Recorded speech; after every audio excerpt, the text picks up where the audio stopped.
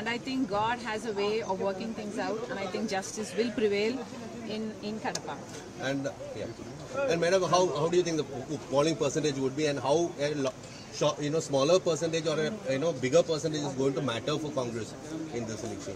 Of course it matters. It matters to every party what percentage they gain. But we should all remember that Congress has started off from a very low percentage, almost less than 2%. So I think we were already at rock bottom, and any place to go is upward. And I'm very confident that Congress is going to show much improvement.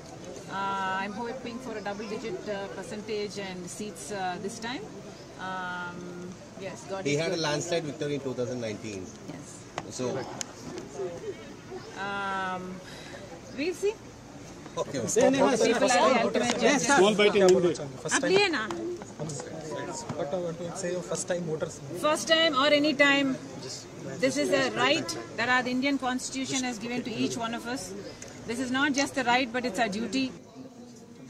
ikkadaithe Kadapa జిల్లా అభివృద్ధి కోసం రాష్ట్రంలో అయితే రాష్ట్రంలో అభివృద్ధి కోసం బంగారు భవిష్యత్తు కోసం అందరూ ఓటు వేయాలని ఓటు హక్కుని వినియోగించుకోవాలని కాంగ్రెస్ పార్టీ అధ్యక్షురాలు రాజశేఖర్ రెడ్డి బిడ్డ మనస్ఫూర్తిగా అందరినీ కోరుతున్నాను. మేడం పోలింగ్ ప్రక్రియ మొదలైనప్పటి నుంచి గొడవలు జరుగుతున్నాయి కడప జిల్లా వ్యాప్తంగా.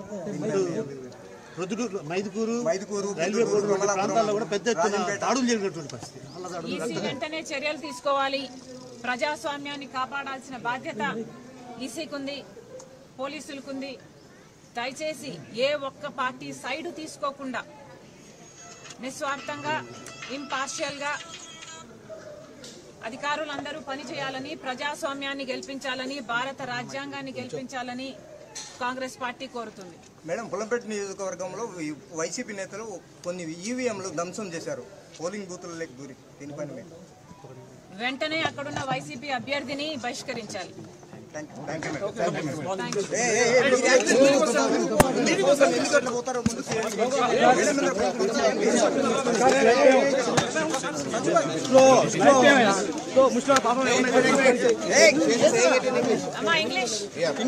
English anybody English?